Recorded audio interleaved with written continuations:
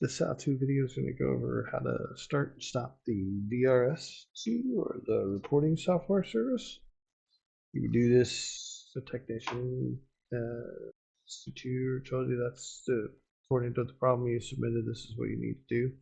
So when we go into our VT3000 core software, once we're on this, we want to be in this control center under administration.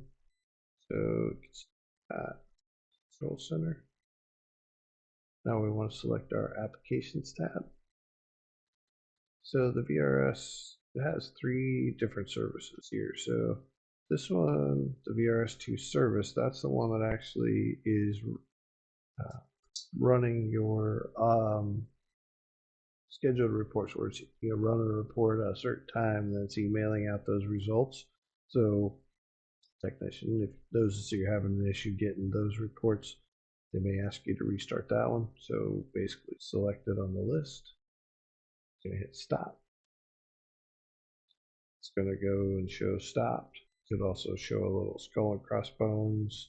If it does show that, you can just use your refresh button until you get where you see that it's stopped. Once it's stopped, you're just going to hit the start icon. Then now you're going to see that that's running. So that took care of the service. WCF, so this is the service that's actually running the calculations for the data.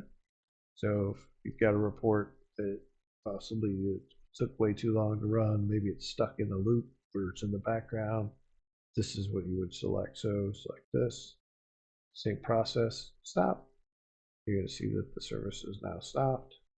May take a little while, may do that skull and crossbones. Like I said, all you do is hit refresh till you get to your start button. Gonna hit start. Now you see that it started. The web interface would only need to be stopped and started if you're having issues when you're accessing the app. But basically the process is the same. Select that service here, stop button, your skull and crossbones, hit your refresh. It says it's stopped. Go ahead and hit start.